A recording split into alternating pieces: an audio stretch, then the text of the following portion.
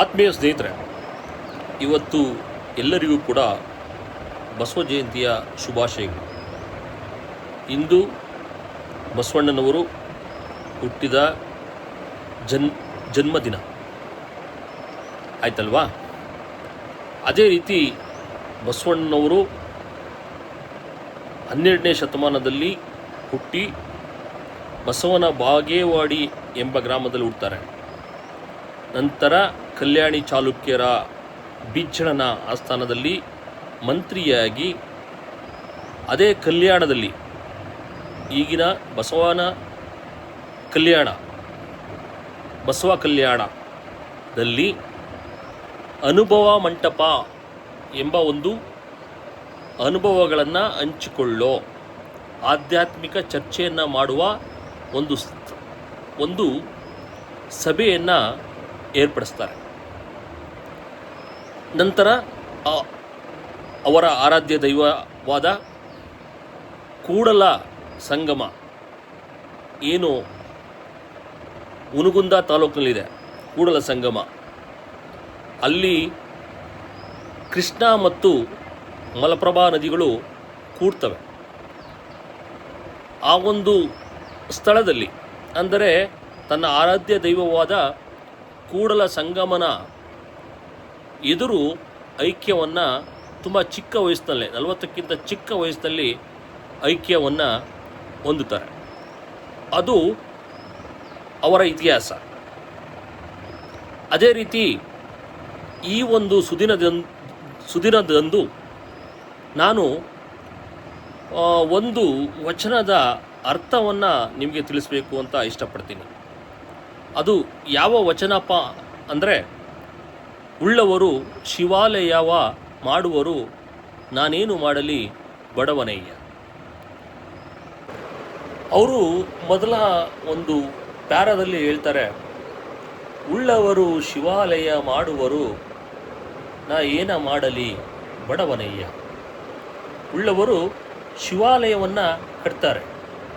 ಯಾರು ಶ್ರೀಮಂತರಿದ್ದಾರೋ ಅವರು ಶಿವಾಲಯ, ದೇವಸ್ಥಾನವನ್ನು ಕಟ್ತಾರೆ. ನಾನೇನು ಮಾಡಲಿ, ನಾನು ಬಡವನಿದ್ದೇನೆ, ನಾನೇನು ಮಾಡಲಿ ಬಡವನಯ್ಯ ಅಂತ ಮೊದಲ ಪ್ಯಾರದಲ್ಲಿ ಹೇಳ್ತಾರೆ. ಮುಂದೆ ಹೇಳ್ತಾರೆ, ಎನ್ನ ಕಾಲೇ ಕಂಬವಯ್ಯ, ದೇಹವೇ ದೇಗುಲವಯ್ಯ, ಶಿರವೇ ಒನ್ನ ಕಳಸವಯ್ಯ. ಮೊದಲು ಹೇಳಿದ್ರು, ಉಳ್ಳವರು ಯಾರು ಶ್ರೀಮಂತರಿದ್ದಾರೆ ಅವರು ಶಿವನ ದೇವಸ್ಥಾನವನ್ನು ಕಟ್ತಾರೆ. ಉಳ್ಳವರು ಶಿವಾಲಯ ಅಂದರೆ ಶಿವನ ದೇವಸ್ಥಾನವನ್ನು ಕಟ್ತಾರೆ. ನಾನೇನು ಮಾಡಲಿ ಬಡವನಯ್ಯ, ಆದರೆ ನಾನು ಬಡವನಯ್ಯ, ಹಾಗಾಗಿ ನನಗೆ ಶಿವನ ದೇವಸ್ಥಾನ ಕಟ್ಟೋದಕ್ಕೆ ಆಗೋದಿಲ್ಲ ಅಂತ ಹೇಳಿದ್ರು. ಇಲ್ಲಿ ಹೇಳ್ತಾ ಇದ್ದಾರೆ, ಎನ್ನ ಕಾಲೇ ಕಂಬವಯ್ಯ, ನನ್ನ ಕಾಲೇ ಕಂಬ, ದೇವಸ್ಥಾನದ ಕಂಬ ನನ್ನ ಕಾಲುಗಳು.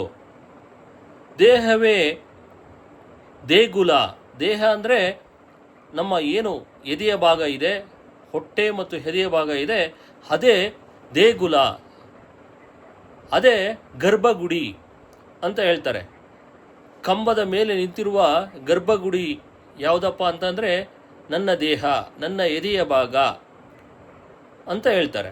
ನಂತರ ಶಿರವೇ ಒನ್ನ ಕಳಸವಯ್ಯ, ಶಿರ ಏನಿದೆ, ನನ್ನ ತಲೆ ಏನಿದೆ, ತಲೆನೇ ದೇವಸ್ಥಾನದ ಹೊನ್ನ ಕಳಸ, ಚಿನ್ನದ ಕಳಸ.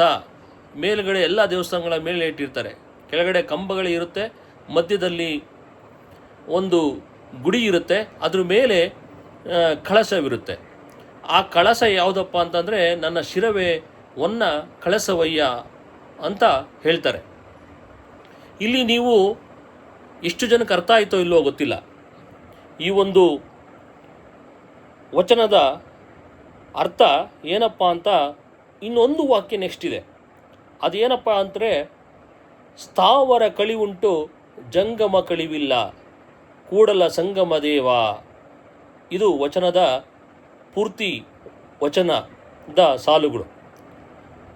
ಈ ಒಂದು ಮುತ್ತಿನಂಥ ವಾಕ್ಯ ಏನಪ್ಪ ಅಂತಂದರೆ, ಸ್ಥಾವರ ಕಳಿವುಂಟು ಜಂಗಮ ಕಳಿವಿಲ್ಲ. ಸ್ಥಾವರ ಅಂದರೆ ಏನು ಅಂದರೆ, ಯಾವುದು ನಿಂತಿದೆಯೋ ಅದಕ್ಕೆ ಅಳಿವಿದೆ, ಅದಕ್ಕೆ ವಿನಾಶವಾಗುತ್ತದೆ, ಅದಕ್ಕೊಂದಿನ ಅದು ಬಿದ್ದೋಗುತ್ತದೆ, ಸಾಯುತ್ತದೆ. ಆದರೆ ಜಂಗಮ ಕಳಿವಿಲ್ಲ. ಜಂಗಮ ಅಂದರೆ ಎರಡು ಅರ್ಥವನ್ನು ನಾವು ನಿರೀಕ್ಷಿಸ್ಬೋದು. ಒಂದು ಚಲಿಸುವಂಥದ್ದು ಅಂತ, ಇನ್ನೊಂದು ಜಂಗಮ ಅಂದರೆ ಅದು ನಮ್ಮ ಸನ್ಯಾಸಿ ಅಂತಲೂ, ಒಬ್ಬ ಶೈವ ಸನ್ಯಾಸಿ ಅಂತ ಹೇಳ್ಬೋದು. ಶೈವರು ವೈಷ್ಣವರು ಅಂದರೆ ನಿಮಗೆ ಗೊತ್ತು. ವಚನಕಾರರೆಲ್ಲ ಶಿವನ ಆರಾಧಕರು. ಅದೇ ರೀತಿ ಕೀರ್ತನಾಕಾರರು ಅಂತ ಏನು ಹೇಳ್ತೀವಲ್ಲ, ಅವರೆಲ್ಲ ವಿಷ್ಣುವಿನ ಆರಾಧಕರು. ದಾಸ ಪರಂಪರೆ ಅಂತೀವಲ್ಲ, ಪುರಂದರ ದಾಸ, ಕನಕದಾಸ ಮುಂತಾದ ದಾಸರೆಲ್ಲ ವಿಷ್ಣುವಿನ ಅವತಾರಗಳಲ್ಲಿ ಒಂದು ದೇವರ ಆರಾಧಕರಾಗಿರ್ತಾರೆ. ವಚನಗಳನ್ನೆಲ್ಲ ಹೇಳೋರು ಶೈವರು, ಅವರೆಲ್ಲರೂ ಕೂಡ ಶಿವನ ಆರಾಧಕರು ಆಗಿರ್ತಾರೆ. ಹಾಗಾಗಿ ಜಂಗಮ ಅಂದರೆ ಶೈವ ಸನ್ಯಾಸಿ ಅಥವಾ ಚಲಿಸುತ್ತಾ ಕಾಕಿ ಬಟ್ಟೆಯನ್ನು ತೊಟ್ಟು ಅನ್ನ ಮತ್ತು ನೀರಿಗಾಗಿ ಮನೆಯನ್ನು ಅಲೆದಾಡುತ್ತಾ ಆಧ್ಯಾತ್ಮಿಕ ಗುರಿಯನ್ನು ಹೊಂದುವುದು ಈ ಜಂಗಮನ ಉದ್ದೇಶ. ಈ ರೀತಿಯ ವ್ಯಕ್ತಿಗಳನ್ನು ಜಂಗಮ ಅಂತಾರೆ. ಬಸವಣ್ಣನವರ ಈ ಒಂದು ವಚನದ ಮುಖ್ಯ ಉದ್ದೇಶ ಇಷ್ಟೆ. ದೇಹದಲ್ಲಿಯೇ ಪರಮಾತ್ಮನಿದ್ದಾನೆ, ಹಾಗಾಗಿ ದೇಹವೇ ದೇಗುಲ ಅಂತ ಹೇಳ್ತಾರೆ.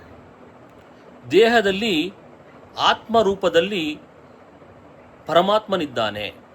ಆತ್ಮ ಪರಮಾತ್ಮನನ್ನು ಸೇರಿದಾಗ ಆತ್ಮವೇ ಪರಮಾತ್ಮನಾಗುತ್ತದೆ. ಹಾಗಾಗಿ ದೇಹದ ಎದೆಯ ಭಾಗದಲ್ಲಿ ಆತ್ಮನಿರುವಾಗ ನನಗೇಕೆ ದೇವಸ್ಥಾನ ಬೇಕು? ನನ್ನ ಎದೆಯಲ್ಲಿಯೇ ದೇವಸ್ಥಾನವಿದೆ ಹಾಗಾಗಿ ಅವ್ರು ಹೇಳ್ತಾರೆ, ಎನ್ನ ಕಾಲೇ ಕಂಬ, ದೇಹವೇ ದೇಗುಲ, ಶಿರವೇ ಹೊನ್ನ ಕಳಸವಯ್ಯ. ನನ್ನ ದೇಹದಲ್ಲಿಯೇ, ನನ್ನ ಅಂತರಂಗದಲ್ಲಿಯೇ ಆತ್ಮನಿರುವಾಗ, ಆತ್ಮನೇ ಪರಮಾತ್ಮ ಸ್ವರೂಪಿ ಆತ್ಮನಿರುವಾಗ ನನಗೆ ಶಿವಾಲಯ ಹೊರಗಡೆ ಕಲ್ಲು ಮಣ್ಣುಗಳಿಂದ ಕಟ್ಟಿದ ಶಿವಾಲಯ ಯಾಕೆ ಬೇಕು ಅನ್ನೋದು ಅವರ ಪ್ರಶ್ನೆ. ಆದರೆ ಅದೇ ರೀತಿ ಸ್ಥಾವರ ಕಳಿವುಂಟು ಜಂಗಮ ಕಳಿವಿಲ್ಲ ಅಂದರೆ ಏನಪ್ಪ ಅಂತಂದರೆ, ಯಾವುದು ನಿಂತಿರುತ್ತದೋ ಅದು ಅಳಿವಾಗುತ್ತದೆ, ವಿನಾಶವನ್ನು ಹೊಂದುತ್ತದೆ. ಅದನ್ನು ನಾವು ಅರ್ಥ ಮಾಡ್ಕೋಬೇಕು. ಯಾವುದು ಚಲಿಸೋದಿಲ್ವೋ, ಸ್ಥಾವರ ಅಂದರೆ ನಿಂತಿರುವ ಒಂದು ವಸ್ತು, ನಿಂತಿರುವ ವಸ್ತು. ಹಾಗಾಗಿ ಸ್ಥಾವರ ಅಂದರೆ ದೇವಸ್ಥಾನ ಕಟ್ತೀರಾ ನೀವು, ಅದಕ್ಕೆ ಒಂದು 100 ವರ್ಷ 200 ವರ್ಷ ಆದಮೇಲೆ ಅದು ಬಿದ್ದೋಗುತ್ತೆ. ಕೆಲವೊಂದು ಐತಿಹಾಸಿಕ ದೇವಸ್ಥಾನಗಳು 500 ವರ್ಷ 1000 ವರ್ಷಗಳು ಇರ್ಬೋದು.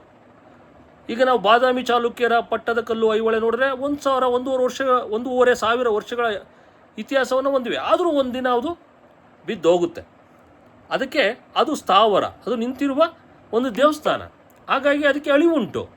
ಜಂಗಮ ಕಳಿವಿಲ್ಲ. ಏನು ಜಂಗಮ ಕಳಿವಿಲ್ಲ ಅಂದರೆ, ಯಾವುದು ಚಲಿಸುತ್ತಿರ್ತದೋ, ಯಾವುದನ್ನು ಉಪಯೋಗಿಸಲ್ಪಡ್ತಿರ್ತೀವೋ ಅದಕ್ಕೆ ಅಳಿವಿಲ್ಲ ಅಂತ ಹೇಳ್ತಾರೆ ಬಸವಣ್ಣವರು. ಯಾವುದು ಹಾಗಾದರೆ ಜಂಗಮ ಅಂದರೆ ಚಲಿಸುವಂತಹ ವಸ್ತು? ಭೂಮಿ ನಿಮ್ಗೆ ಗೊತ್ತಿದೆ, ಭೂಮಿ ಕೂಡ ಚಲಿಸ್ತಾ ಇದೆ. ಪ್ರತಿಯೊಂದು ಚಲಿಸ್ತಾ ಇದ್ದೀವಿ, ಅದು ನಮಗೆ ಗೊತ್ತಾಗ್ತಿಲ್ಲ ಅಷ್ಟೇ. ಹಾಗಾಗಿ ಚಲಿಸುವ ವಸ್ತು ವಿನಾಶವನ್ನು ಹೊಂದೋದಿಲ್ಲ. ಆ ಚಲಿಸುವ ವಸ್ತು ಯಾವುದಪ್ಪ ಅಂತಂದರೆ ಜಂಗಮ. ಜಂಗಮ ಅಂತಂದರೆ ಸನ್ಯಾಸಿ, ಶೈವ ಸನ್ಯಾಸಿಯೊಳಗಿನ ಆತ್ಮ. ಆತ್ಮಕ್ಕೆ ಆದಿಯೂ ಇಲ್ಲ, ಅಂತ್ಯವೂ ಇಲ್ಲ, ಹುಟ್ಟೂ ಇಲ್ಲ, ಸಾವೂ ಇಲ್ಲ. ಜಂಗಮ ಕಳಿವಿಲ್ಲ ಅಂದರೆ ಆತ್ಮ ಕಳಿವಿಲ್ಲ ಅಂತ ಅರ್ಥ. ಹಾಗಾಗಿ ನಾನು ಆತ್ಮಧಾರಿ, ಆತ್ಮವನ್ನು ಹೊಂದಿರೋದ್ರಿಂದ ನನಗೆ ಅಳಿವಿಲ್ಲ. ನಾನೊಬ್ಬ ಜಂಗಮ, ನನಗೆ ಅಳಿವಿಲ್ಲ. ಆದರೆ ಸ್ಥಾವರ ಯಾವುದು ನೀವು ಕಟ್ತೀರೋ, ಹೊರಗಿನ ಶ್ರೀಮಂತರು ಕಟ್ತೀರೋ, ಅದಕ್ಕೆ ಅಳಿವಿದೆ. ಭಕ್ತಿಯಿಂದ ನಾನು ಅಂತರಂಗದಲ್ಲಿ ಪೂಜಿಸಲ್ಪಡುವ ನನ್ನ ಆತ್ಮಕ್ಕೆ ಅಳಿವಿಲ್ಲ ಅನ್ನೋದು ಈ ಒಂದು ವಚನದ ಉದ್ದೇಶ. ಹಾಗಾಗಿ ಅಂತರಂಗದ ದೈವವನ್ನು ಅಂತರಂಗದ ಅಲ್ಲಿನ ಪರಮಾತ್ಮನನ್ನು ಪೂಜಿಸಿ ಅನ್ನೋದು ಈ ಒಂದು ವಚನದ ತಾತ್ಪರ್ಯ. ಎಲ್ಲರಿಗೂ ನಮಸ್ಕಾರ.